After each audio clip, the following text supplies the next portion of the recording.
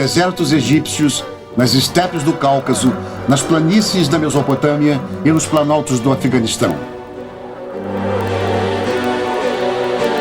Quem é este homem que, como ninguém antes conhecido, tem o ímpeto de conquistar povos e países e apoderar-se de imensas riquezas? O que contam os historiadores o que é invenção, o que é fato, o que é lenda? Em apenas 11 anos ele forma o maior império já visto. No auge do poder ele morre com apenas 33 anos, porém continua vivo até hoje. Amado e odiado pelos povos, respeitado e desprezado pela posteridade, obcecado pela loucura de dominar o mundo, Alexandre, o Grande.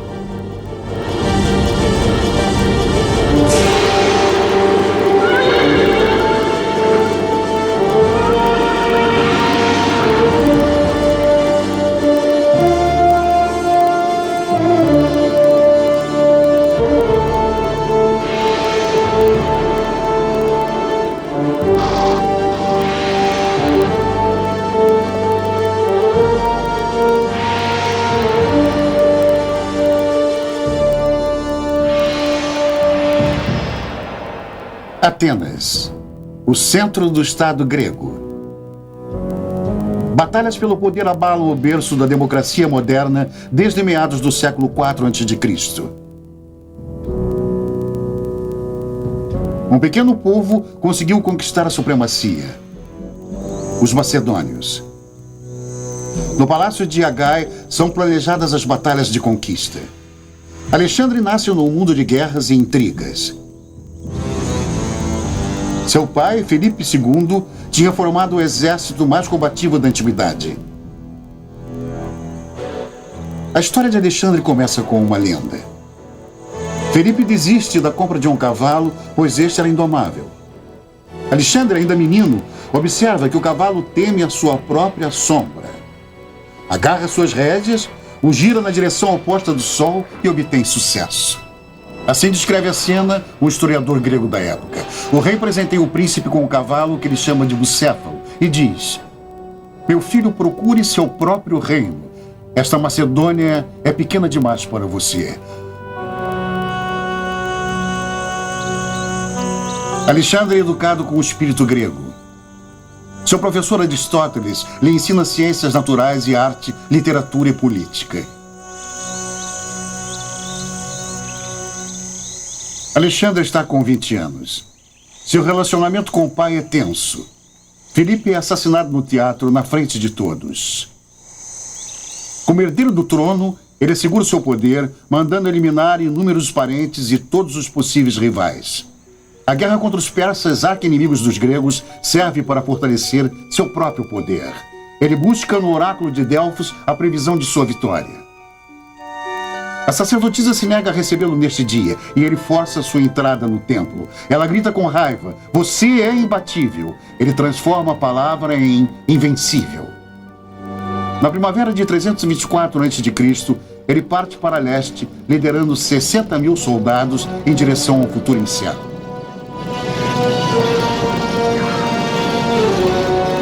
A pequena Macedônia se estendera e toda a Grécia se encontrava sob seu domínio.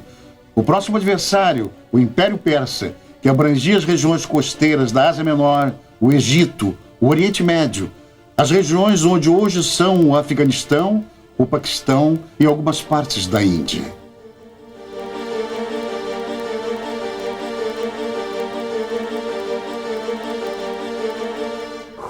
Com a lança, ele toma posse de Troia. E com a espada, ele divide o nó górdio. O nó górdio unia de maneira insolúvel o jugo do varal da carruagem real de Górdio. O oráculo prometia àquele que conseguisse desfazer o nó de Górdio o poder sobre toda a Ásia. Alexandre destrói o nó. O caminho para a Ásia está livre. Alexandre conduz seu comboio para o sudeste.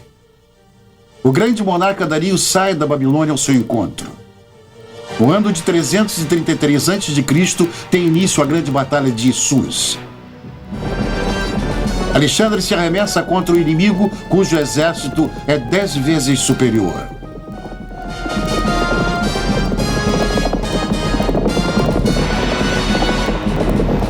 Dario quer esmagar o verme, como ele havia apelidado Alexandre. Alexandre consegue avançar até a carruagem real persa.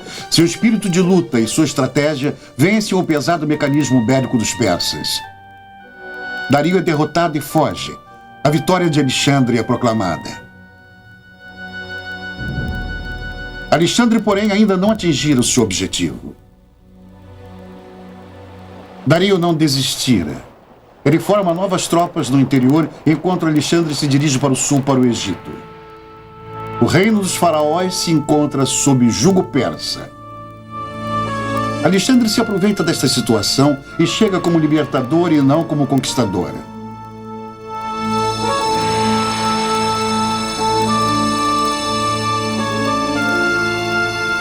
Ele admira a cultura grandiosa. Faz oferendas de acordo com os costumes do país e se veste com trajes egípcios. Numa cerimônia grandiosa, ele se deixa coroar o faraó e funda uma cidade com seu nome, Alexandria. Fortalecido pelo oráculo dos sacerdotes e declarado faraó do Egito e filho de Deus, ele marcha ao encontro do rei persa. Narra-se detalhadamente sobre suas decisões desde muito jovem, sua bravura e seus atos heróicos. Porém, nada é narrado de seus bravos soldados guerreiros, nem do séquito de tropas não combatentes. De onde vem a água e os alimentos? As roupas e os utensílios dos acampamentos? Como é possível manter milhares de pessoas e animais vivos nos longos trechos de marcha pelo deserto? 4.000 animais de carga realizam o transporte. Camelos são os mais indicados, pois são resistentes, podendo ficar até 10 dias sem água. Diariamente são necessários 80.000 quilos de cereais para suprir as necessidades de homens e animais. Comandos de batedores escolhem os locais para os acampamentos. O comboio de Alexandre é uma cidade itinerante. Fazem parte dela administradores de abastecimento, tratadores de animais, escravos, artesãos, escribas, cozinheiros, saltimbancos, vendedores, cabeleireiros, cirurgiões e até dentistas. Na época de Alexandre, já se utilizava nos pacientes dentes postiços esculpidos em ossos de animais. Os ferreiros deviam ser capazes de fabricar armas em qualquer lugar. Antes de cada batalha, as espadas eram afiadas. « 8.000 cavalos faziam parte do comboio de Alexandre. Através da criação, seu número é mantido constante. Aproximadamente 200 ferreiros estão a serviço do exército. E tudo custa dinheiro. Os artesãos, as provisões e tudo que é necessário para complementar a maquinária bélica. Alexandre precisa da próxima batalha para ter lucro.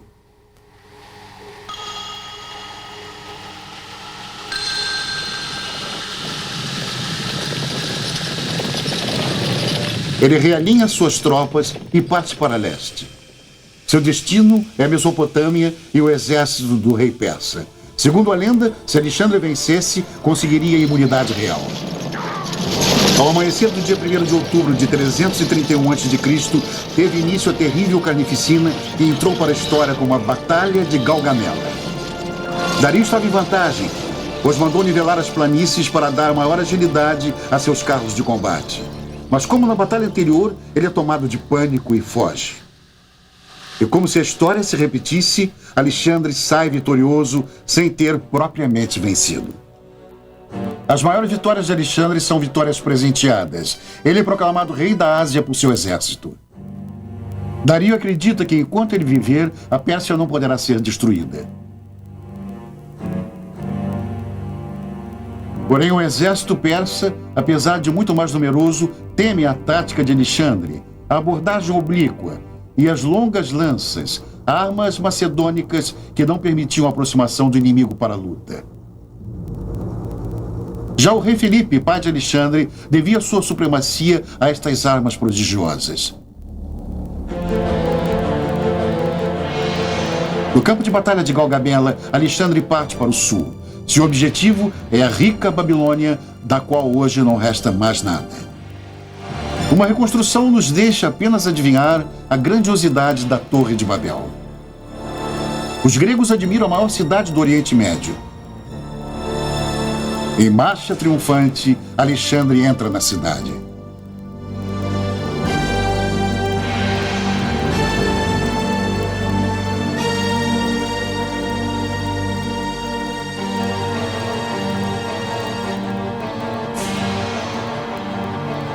Da Babilônia, Alexandre se dirige às outras grandes cidades persas, como Susa, Persépolis, pelos portões persas, e a Ecbatana ao norte pelas montanhas.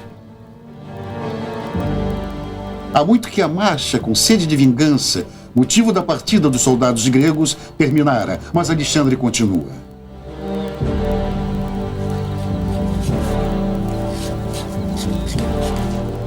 Segundo descrições, Alexandre era baixo e sempre inclinava a cabeça por causa de uma doença dos olhos. Obcecado pela ideia de apoderar-se de terras desconhecidas ao leste, ele continua sem descanso, como se não houvesse retorno.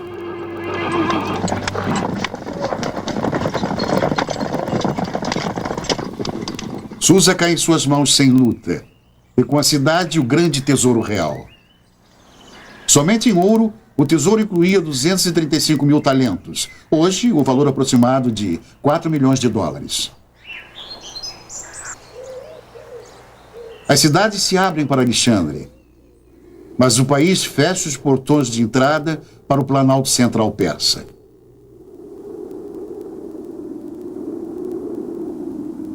Com grandes perdas, Alexandre consegue conquistar Persépolis e a majestosa residência de Dario, situada além da cordilheira. Um relevo em Persépolis mostra uma delegação de Bactria, hoje Afeganistão, a caminho de uma audiência com o monarca. Os relevos dos muros da cidade são documentos da história da antiga Pérsia. Os guardas de Dario desertam, passando para o lado de Alexandre. Ele ocupa o trono do monarca persa e assume o cerimonial da corte.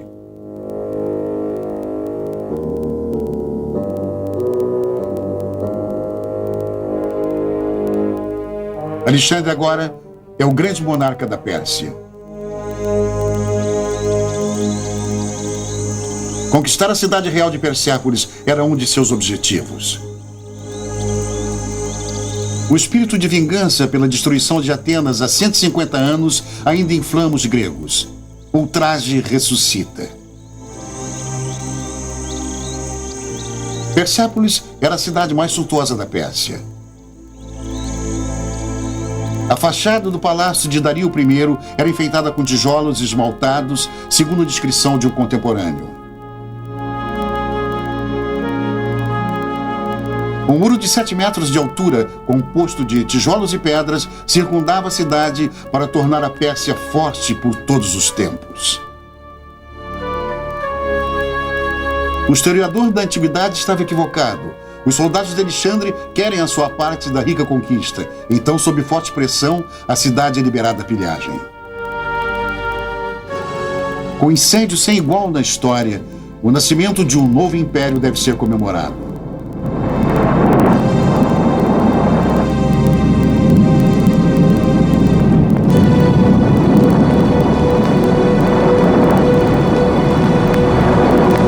Segundo a lenda, a prostituta Thaís lhe sussurra para jogar a primeira tocha.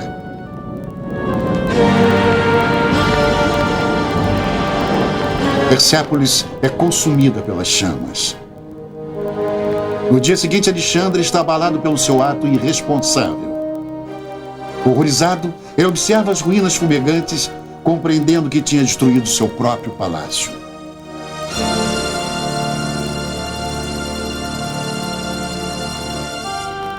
Ele também toma conhecimento de que não pode reger este país gigantesco como conquistador. Então ele se reconcilia com os persas, se veste com suas roupas e introduz costumes persas à sua corte. Agora ele não é mais o primeiro entre iguais como na sociedade nobre da Macedônia. Como soberano oriental, ele agora exige honrarias como a prosternação e a saudação submissa da mão à boca. Seus fiéis seguidores acham este costume humilhante e protestam, porém em vão. A população das regiões montanhosas no interior da Pérsia até hoje é indiferente a quem detém o poder nas longínquas metrópoles. Ela jamais conseguiu ser subjugada. O caminho através das montanhas de Zagros, tomado pelos soldados de Alexandre, continua igual até hoje, por onde passam nômades 2 vezes por ano. É um caminho perigoso e que cobra seu tributo. Um jumento cai no rio caudaloso.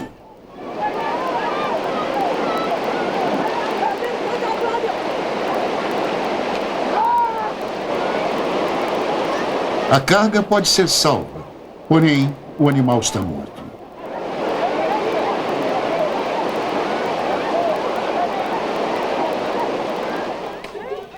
Onde hoje atravessam de 10 a 20 animais, passavam antigamente apenas 2 cavalos. Assim, o comboio de Alexandre levou várias semanas para atravessar estes desfiladeiros.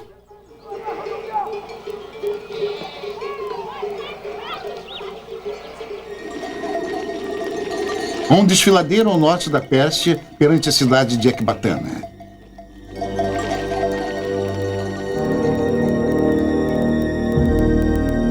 Alexandre declara Ecbatana sua capital e quer formar ali o seu centro administrativo, aproveitando a administração já existente, substituindo, porém, os governadores das províncias. Com o tesouro conquistado, ele manda cunhar uma moeda única que deve ser introduzida, dando início à reforma econômica do Império. Alexandre declara que a missão grega está concluída e demite os veteranos, mas muitos não querem voltar, apesar de 5 anos em guerra. Eles se alistam como mercenários. Na chancelaria de guerra também são redigidos os diários da marcha de Alexandre. Como senhor absoluto de um estado formado por muitos povos, Alexandre tinha 2 objetivos: utilizar o aparato do poder persa e, ao mesmo tempo, fixar o domínio da nobreza greco-macedônica. Por fim, apenas 1/4 de seu exército é composto por macedônios e gregos. O seu comboio é marcado por características orientais.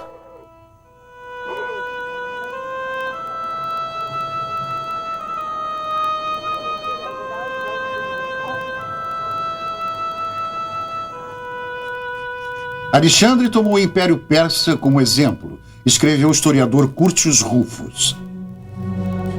Alexandre conquista o poder às custas de seu próprio povo. Inicia-se a oposição. Cleitos, o orador a quem Alexandre deve sua vida, acusa-o de ter traído os macedônios. No calor da briga, a maldição. Alexandre, entorpecido pelo álcool e pelos tóxicos, levanta-se, toma a lança de um dos guardas, segue o amigo e o mata.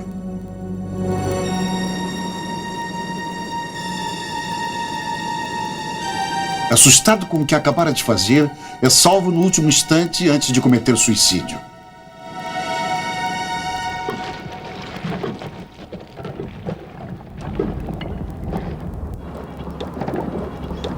Alexandre expande seu império. Fundar cidades faz parte de sua política.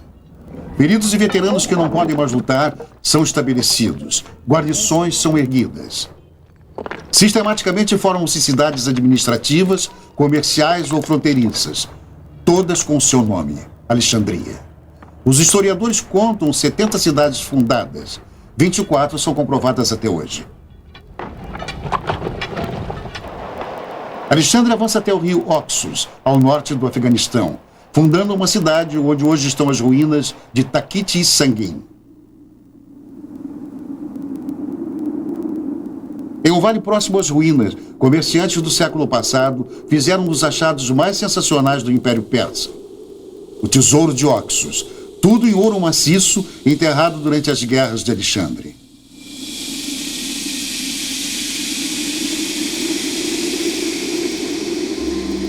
A peça mais suntuosa era uma carruagem de guerra que, como todas as outras peças, provém do templo de Takit Sangin.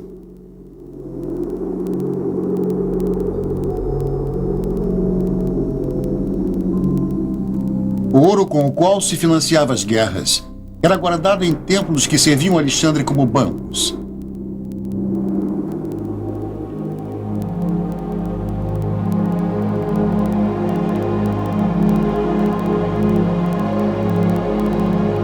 Estes depósitos estavam espalhados por todo o Império.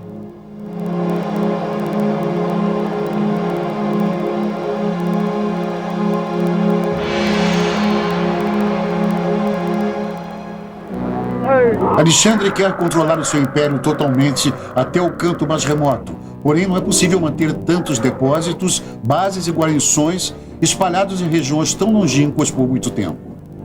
Ataques de tribos nativas os obrigam a bater em retirada. Alexandre sonha com a mistura de raças, formando um só povo. Mulheres são levadas aos acampamentos, muitas vezes à força. Alexandre estimula a mistura de seus soldados com mulheres nativas, pois ele precisa de novos soldados. Muitas crianças nascem nos acampamentos. Calcula-se que o número de crianças em seu comboio tenha chegado a 10 mil. Ele mantinha um verdadeiro mercado casamenteiro.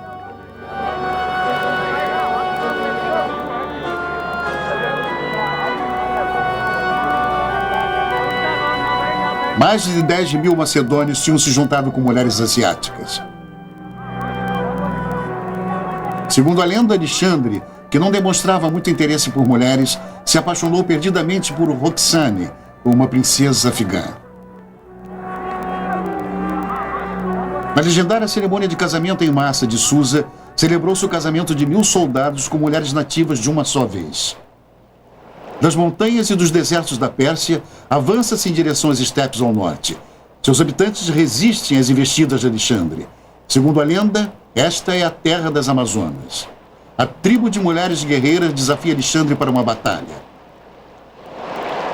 Após a vitória de Alexandre, a rainha das Amazonas teria exigido um filho dele. Fantasias da antiguidade. Os historiadores escreveram que Alexandre dera um exemplo de sua grandeza no deserto. Fazia calor e os soldados tinham sede. Alguém entregou a Alexandre um elmo com água. Ele, porém, derrama a água na areia, dizendo: "Como eu posso beber se meus soldados não têm nada para beber? Altruísmo, simpatia ou apenas um ato calculista para unir as tropas a ele?" Elefantes que, por sua natureza, são inaptos para subir em montanhas, são úteis ao exército de Alexandre. 100 anos antes de Aníbal cruzar os Alpes, eles atravessaram penosamente as montanhas que separam o Afeganistão da Índia.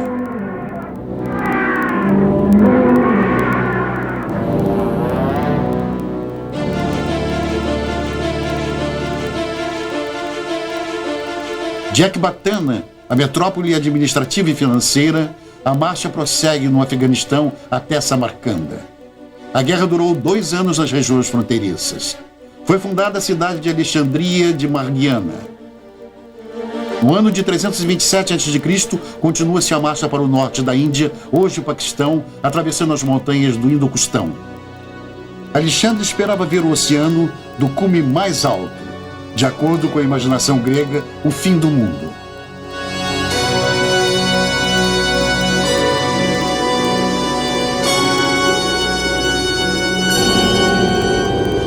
Mas só se enxergava montanhas e geleiras.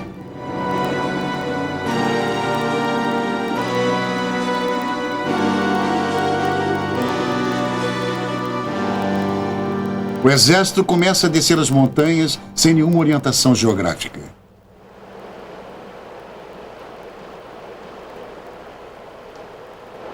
Era este rio afluente do Nilo? Estas cidades por eles destruídas estavam próximas do Egito? Seguindo este rio chegariam ao Mediterrâneo? Como Alexandre poderia conquistar o mundo sem saber onde se encontrava? O historiador Arriano conta que Alexandre reconhecera antepassados dos gregos em um povo ao norte do Paquistão. Dionísio, o deus do vinho, não foi até a Índia? Vinhedos iguais aos da Grécia crescem na região montanhosa da cidade de Nisa. Vinha e era são atributos do deus grego Dionísio.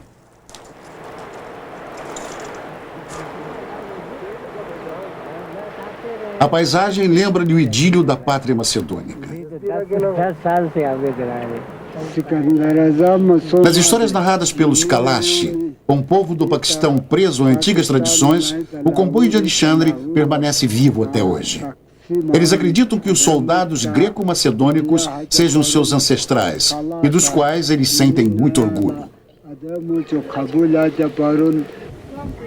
Já na chegada de Alexandre, eles lhe asseguram que o deus Dionísio tinha fundado suas cidades e povoados. Com música e vinho, faz-se uma festa. Alexandre ratifica o cargo do rei dos Kalashi. Alexandre faz uma oferenda a Dionísio. Muitos macedônios coroam-se com Hera e se extasiam.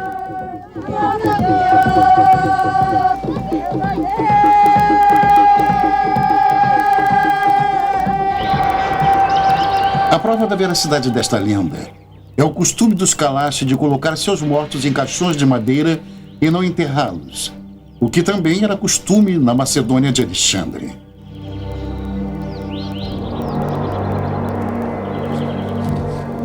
Chega ao fim a primavera do ano de 327 a.C. Alexandre esquenta seu exército, enviando-o à Índia com a ordem de conquistá-la. O filho de Zeus, como Alexandre agora se autodenomina, pretende seguir a trilha de seus antepassados mitológicos. A fabulosa Índia atrai com inacreditáveis riquezas, costumes estranhos, fauna e flora desconhecidas, unicórnios, formigas gigantescas que cavam ouro, eremitas de 300 anos de idade, pessoas com cabeça de cachorro. Um mundo repleto de segredos se abre perante as tropas.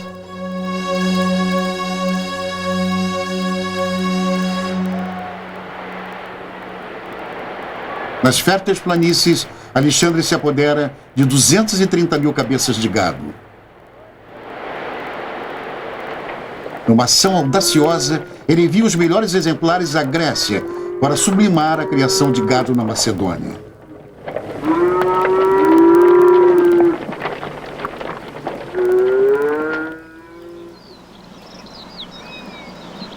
Segundo a mitologia, Hércules, um semideus grego, a quem Alexandre também considerava um antepassado seu, também já estivera na Índia, tendo fracassado no Monte Aornos.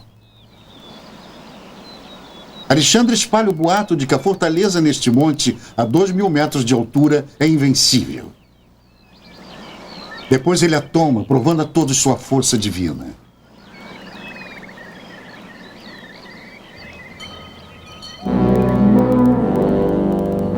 Continua a descida, extremamente penosa em direção ao vale.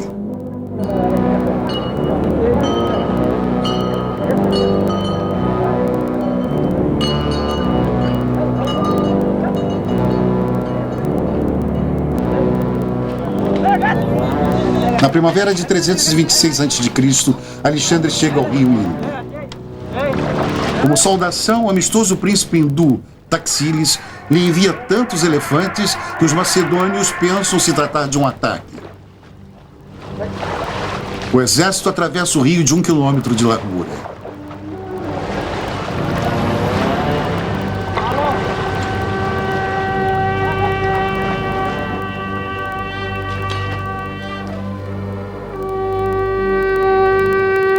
Na Índia, Alexandre descobre um povo com uma cultura e uma forma de vida que lhe são totalmente estranhas. Ele está fascinado com as pessoas que sempre estão orando e meditando, levando uma vida modesta. Taxila, ao norte do Paquistão de hoje, é o centro cultural mais importante da Índia. O príncipe Taxiles, dedicado a Alexandre, continua soberano em seu reino. As ruínas da cidade dão testemunho de sua grandeza. Os soldados de Alexandre temem as cidades. O historiador Heródoto não havia narrado coisas terríveis? Os hindus, escreveu ele, têm o seguinte costume: quando um homem está doente, os amigos o matam e comem-no. Com uma mulher se faz o mesmo. E quando alguém está velho, faz-se uma oferenda com ele e depois também é comido.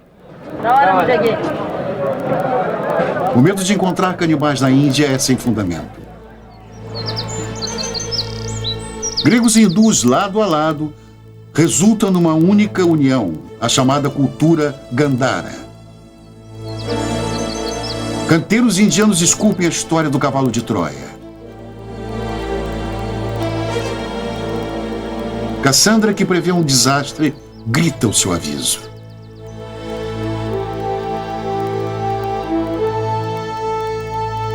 Aqui a cabeça de Alexandre em estilo budista indiano.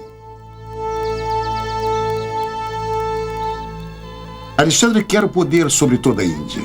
Ele não admite que jamais será possível dominar aquele mundo estranho.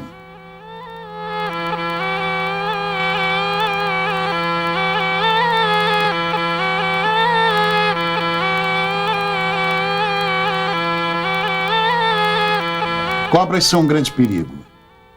Alexandre, que conduz em seu comboio cientistas especializados em várias disciplinas, lhes ordena que pesquisem métodos de cura e soros antiofídicos. Na Índia morreram mais soldados de seu exército por picadas de cobras do que em todas as batalhas. Se na Pérsia Alexandre possuía mais de 30 elefantes, agora, depois do presente do rei Taxílides, são mais de 60. O próprio Taxílides lhe disse: o que você deve temer na Índia são os elefantes.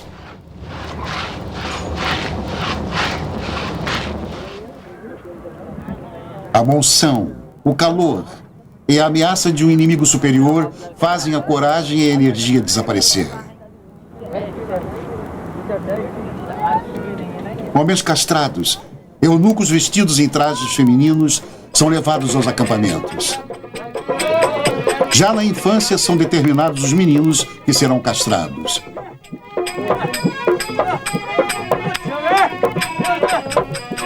Hoje, como antigamente, artistas para diversão. Festas com danças e bebidas devem levantar o moral das tropas que estão marchando há quase uma década. Alexandre contratou pesquisadores gregos e indianos para estudarem o potencial de aprendizado dos elefantes e a sua utilização nas guerras. Os elefantes tomam banho diariamente, pois sua epiderme é extremamente sensível. Seu cérebro é capaz de distinguir 25 comandos, como, por exemplo, remover obstáculos ou impedir a passagem do inimigo.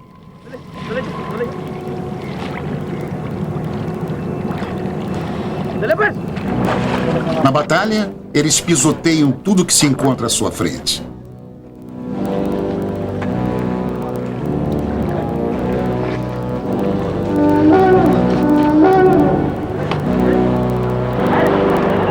A monção começou em junho de 326, quando Alexandre reúne seu exército às margens do rio Hidaspe, contrata o rei hindu Porus.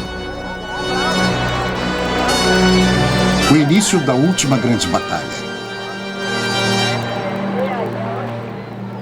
A defesa de Alexandre simula que eles ainda estão acampados de um lado do rio.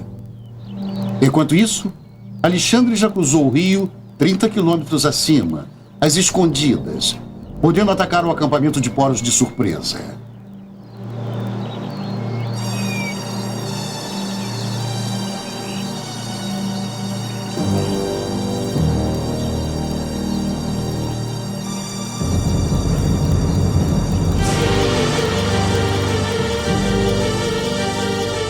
As bases móveis de Porus são auxiliadas pela infantaria. Infantaria também do lado de Alexandre. Foi a Batalha dos Elefantes. Alexandre não tinha nenhuma chance contra um número muito maior de elefantes de Porus. Porus avançou com toda a força.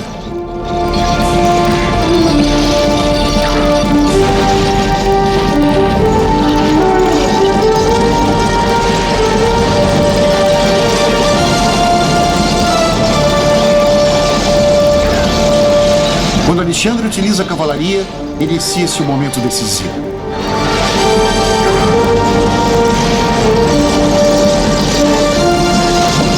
Agora inicia-se a luta corpo a corpo.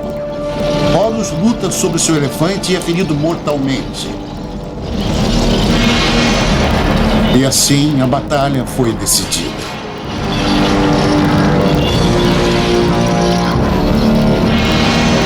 O Céfalo, o cavalo com o qual Alexandre cavalgou até a Índia, morre no campo de batalha. Neste local, Alexandre funda, em sua honra, a cidade de Bucéfala.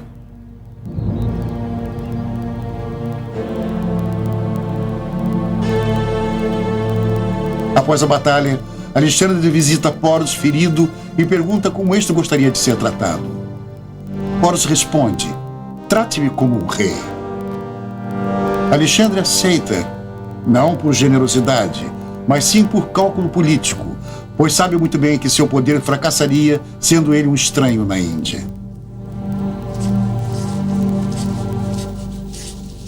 Alexandre continua a avançar para o leste, sem entender que sua aventura já perdeu o sentido. Os macedônios perdem a coragem, vendo Alexandre ultrapassar a fadiga e os perigos. Muitos resignam-se. Uma delegação é enviada a Alexandre para declarar que os soldados se negam a seguir com seu rei. Alexandre defende seu plano num discurso inflamado, porém sem sucesso. Ele passa 3 dias e 3 noites calado e recluso em sua tenda, com a sensação de ter sido traído pelas próprias tropas pouco antes de atingir seu objetivo. No 4º dia, ele diz que um oráculo o aconselhara a retirada. A notícia se espalha rapidamente. Ninguém se atreve a acreditar que após 11 anos a guerra tenha realmente terminado. Armadores fenícios são trazidos para construir uma frota de 1000 navios.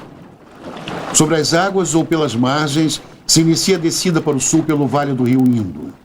Na foz de 2 rios, acontece um acidente com a barca real que vira nas corredeiras. Alexandre se salva, nadando para a margem. A marcha de guerra continua com extrema brutalidade. Alexandre vence a tribo dos Malas, mas não consegue conquistar sua capital. Aquele um rei se joga a seus pés. A vitória tem que ser conquistada com muito sangue. Alexandre ordena a colocação de uma escada no muro da fortaleza. Ainda no comando, ele sobe impetuosamente. Com o peso dos outros soldados, a escada quebra e Alexandre pula para dentro da fortaleza. Cercado por inimigos, ele é atingido no peito por uma flecha. Seus soldados o salvam no último minuto. Alexandre, gravemente ferido, é levado para um local seguro. Logo, ele ordena o prosseguimento da marcha. Em 1 semana, ele já está cavalgando. Ele vai conquistando as cidades do sul do Vale do Rio Indo. Sob a pressão do inimigo, a antiga coragem volta a inflamar seus soldados. Agora, porém, com uma nota de desespero. Para que as conquistas? Por que Alexandre permitiu a morte de 7.000 pessoas para conquistar a cidade de Santana? Para que a destruição de uma grandiosa cultura e uma região impossível de manter? Alexandre organiza sua retirada.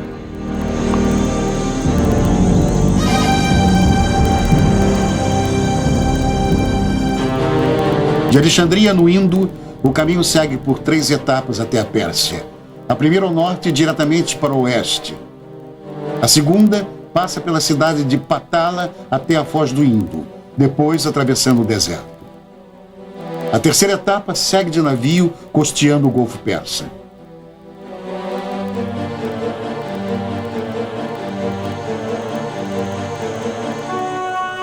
Alexandre levanta-se para o último grande golpe. Porém, acaba sendo um golpe contra seu próprio poder. Nenhum passo, nenhuma ordem foram dados sem que os batedores ou espiões de Alexandre lhe relatassem exatamente as condições de transporte e suprimento da região.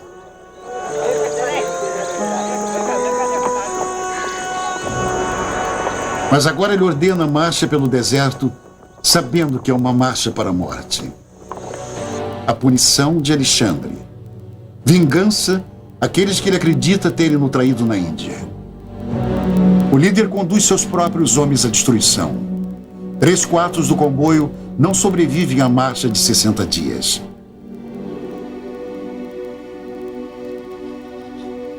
De volta à Pérsia, Alexandre organiza seu reino, forma novas tropas, divide o poder entre vencedores e vencidos. Ele morre de repente na Babilônia, de uma picada de mosquito, malária. Ainda no seu leito de morte, ele planeja a conquista da Arábia e da África. A Babilônia seria o centro de sua vida, mas foi a última estação de seu domínio. Um domínio marcado pela obsessão, pela teimosia, pela barbárie, pela loucura. Seguiram-se 100 anos de guerras. Nas lendas dos povos, ele continua vivo como um general, brilhante como príncipe da paz entre o Ocidente e o Oriente, como difusor da cultura grega e de uma nova era da humanidade.